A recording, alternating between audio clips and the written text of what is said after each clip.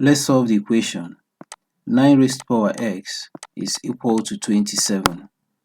In expanded form, 9 raised to the power x can be written as 3 times 3 all raised to the power x to be equal to 27. In expanded form is 3 times 3 times 3. In index form, we have 3 squared all raised to the power x is equal to 3 raised to the power 3. Now let's also expand the brackets. 3 raised to the power 2 times x will give us 3 raised to the power 2x, which is also equal to 3 raised to the power 3.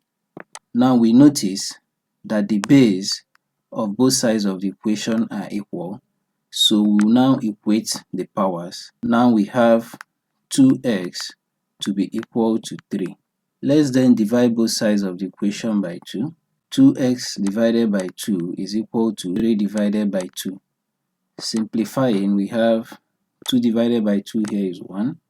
2 divided by 2 here is 1. We are left with x.